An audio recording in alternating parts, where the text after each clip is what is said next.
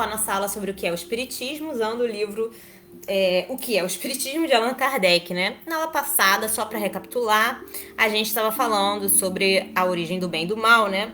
E a gente viu que a origem do bem e do mal é devido à imperfeição que os espíritos estão a atraso, né? Realmente, porque a gente foi criado ao mesmo tempo, todos nós, né? Independente de quem somos aqui na Terra, a posição que ocupamos, a cor, a raça, o que for. Então, a imperfeição nossa mostra o nosso atraso, tá? É isso. Então, essa imperfeição causa os problemas que a gente tem. E esses problemas fazem parte da nossa empreitada para aprender, de aprendizado, né? Então a gente cria problemas e aqui a gente vai ter que resolver. E a gente utiliza a nossa inteligência para resolver esses problemas. Conforme a gente vai exercitando a inteligência, a gente vai adquirindo mais conhecimento e evoluindo. Qual a causa dos males que afligem a humanidade, né? E aí ele coloca novamente, né? O nosso mundo pode ser considerado um mundo, uma escola dos espíritos pouco adiantados, aquela escola, né, que trata das crianças que não gostam de estudar, das crianças problemáticas, é o nosso mundo. Ou um cárcere também de espíritos criminosos. Então tem os que estão atrasados juntos dos que estão criminosos aqui dentro, né? E consequência, esses males é consequência da falta de caráter, né? Da inferioridade moral. A gente precisa aprender a ser pessoas melhores. Conforme a gente vai melhorando, o mundo vai melhorando com a gente, né? A gente precisa melhorar de acordo com o que a gente tem de vício. A gente precisa superar esses vícios, né? E superar essa forma que a gente tem de tratar um ou outro estigmatizadamente, né? Colocando o outro como inferior a gente, né? Punindo um ao outro, procurando os culpados sempre, né? É isso. Bom, por que vemos tantas vezes o mal prosperar, né? Enquanto o homem de bem vive em aflição. Então, aquela pessoa que é boa tá lá se ferrando e o mal tá prosperando. Por que isso, né? Então, para quem só consegue ver o mundo com os olhos materiais, né, com o olho da cara, não vê conforme a lei que diz, a lei de causa e efeito, né, para toda causa inteligente, existe um efeito inteligente.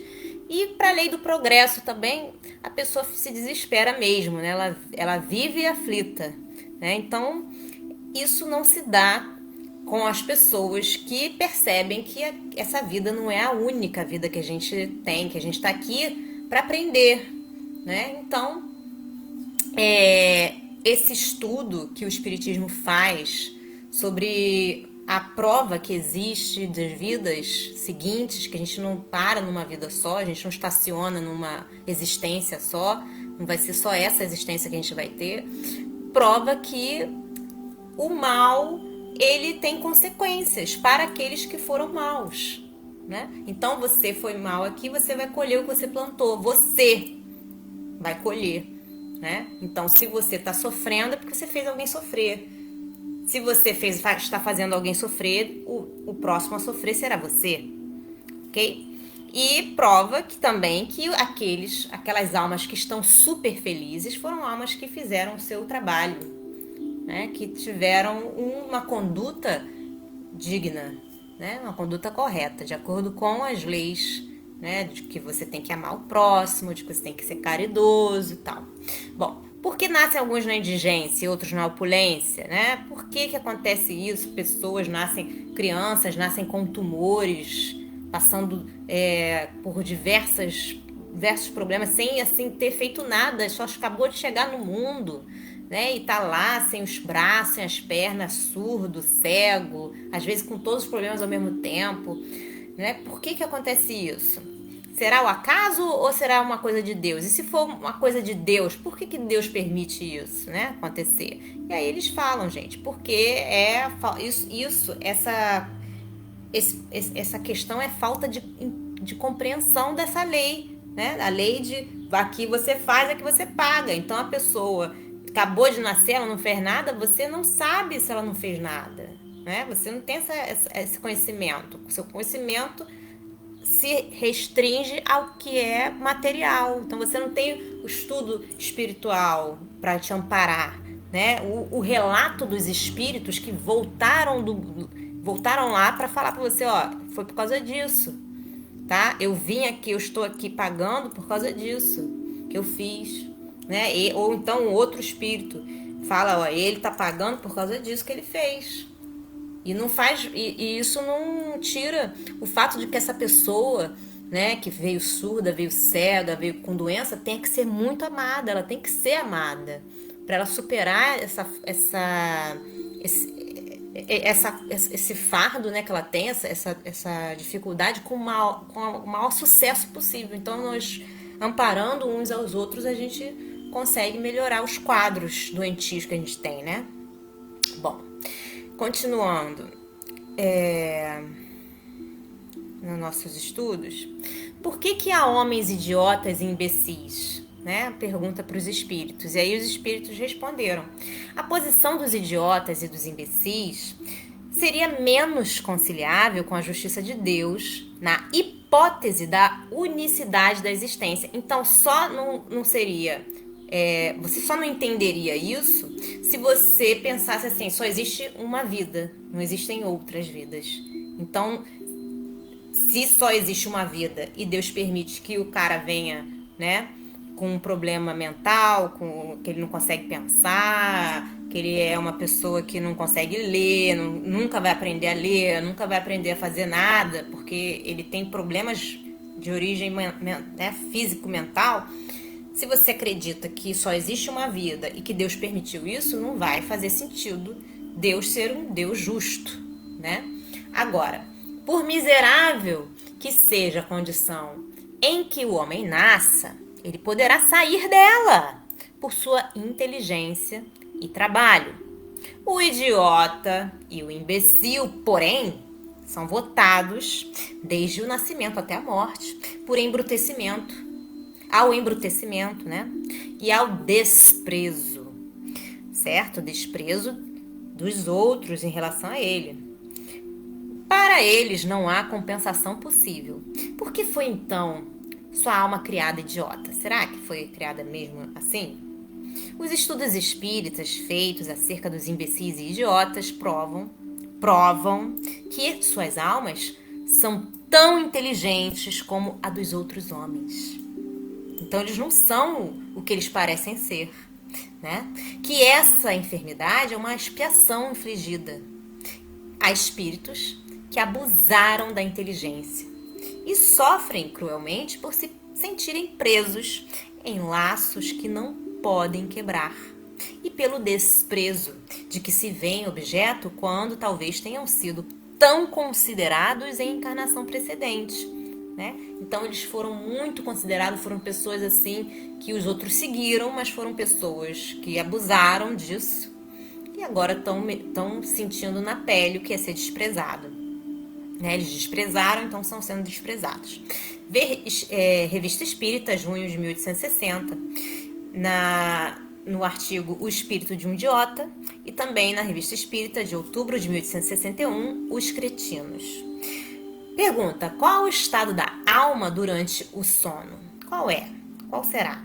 E aí ele responde: no sono é só o corpo que repousa, mas o espírito não dorme. As observações práticas provam que, nessas condições, o espírito goza de toda a liberdade e da plenitude das suas faculdades. Aproveita-se do repouso do corpo, dos momentos em que este lhe dispensa a presença para agir separadamente e ir aonde quer. Durante a vida, qualquer que seja a distância a que se transporte, o espírito fica sempre preso ao corpo por um cordão fluídico, que serve para chamá-lo quando sua presença se torna necessária. Só a morte rompe esse laço. Pergunta: qual a causa dos sonhos? Os sonhos são o resultado da liberdade do espírito durante o sono. Às vezes, são resultado são a recordação dos lugares e das pessoas que o espírito viu ou visitou nesse estado. Para mais informações, você pode dar uma olhada no Livro dos Espíritos, na parte da emancipação da alma, no qual ele fala sobre sono, sonhos, sonambulismo, vista dupla, letargia e outros assuntos, na questão 400 e seguintes. Também você pode dar uma olhada no livro dos médiuns, né? Na parte que fala evocação das pessoas vivas. E o item que fala isso é o 284. Na Revista Espírita, de janeiro de 1860, você pode dar uma olhada no artigo que se chama O Espírito de um Lado, o Corpo do Outro. E na Revista Espírita também, de março de 1860, o artigo sobre estudo sobre o espírito de pessoas vivas, tá? E aí ele pergunta, de onde vêm os pressentimentos? E aí ele responde, são recordações vagas e intuitivas do que o espírito aprendeu em seus momentos de liberdade. Algumas vezes também são avisos ocultos dados por espíritos benévolos. Pergunta, por que há na Terra selvagens e homens civilizados, né? Resposta. Sem a pré-existência da alma, essa questão é insolúvel. Então, se você não considerar que há vida, né, antes e depois desta, você não dá para responder essa questão, ok? A menos que admitamos tenha Deus criado almas selvagens e almas civilizadas. Então Deus vai lá, eu quero criar uma alma aqui de um cara que não sabe nada, só sabe o que o macaquinho sabe, o que o tigre sabe, né? O que os bichinhos sabem. Aqui eu quero criar um cara que sabe essas coisas aqui de matemática, física, química, álgebra, né? Então esse aqui vai estar lá no mundo da civilização mais avançada, e o outro tá mais lá, não saiu da época da pedra lascada, né? Se a gente admitir que Deus fez isso, seria negação da justiça dele. Por que ele vai dar a um poder desse e a outro um poder daquele? Por que ele tem essa preferência? Ele faria isso. Não teria justiça isso, né? Sabendo que o homem civilizado vai lá e mata o homem selvagem depois, né? Então, bom, além disso, a razão recusa admitir que depois da morte a alma do selvagem fique perpetuamente em estado de inferioridade, bem como se acha na mesma elevação que a do homem esclarecido, né? Então você não pode imaginar que a alma do selvagem vai ficar para sempre assim, né? E muito menos a alma do selvagem vai ser igual à alma do cara lá civilizado, né? Assim como a alma do marginal, um cara que foi um serial killer, que estuprou e matou, vai ser a mesma de um cara que salvou milhares de vidas, né? Num incêndio, por exemplo. Foi lá e arriscou a vida dele para salvar a vida das pessoas. Não dá para você colocar que ela tá na mesma elevação uma da outra, né?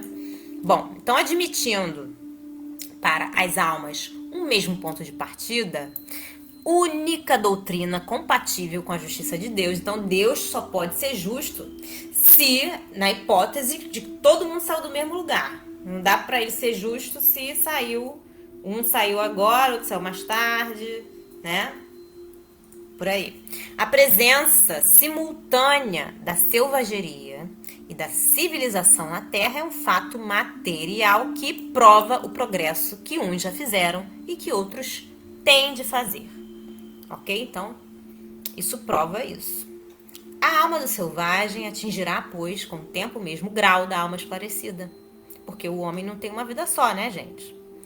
Mas, como todos os dias morrem selvagens, essa alma não pode atingir esse grau, senão em encarnações sucessivas, cada vez mais aperfeiçoadas e apropriadas ao seu adiantamento, seguindo todos os graus intermediários a esses dois extremos. Bom, então a gente tem que encarnar várias vezes para a gente conseguir, né, experiência no mundo material e levar essa experiência para o mundo espiritual conosco. Tá? E fazer esse intercâmbio, continuar fazendo esse intercâmbio até a gente atingir a perfeição. Tá bom? Bom, gente, ficamos por aqui por hoje. Espero que vocês estejam gostando dessa leitura. Vale para uma reflexão, né? Um beijo grande a todos, até a próxima. Tchau.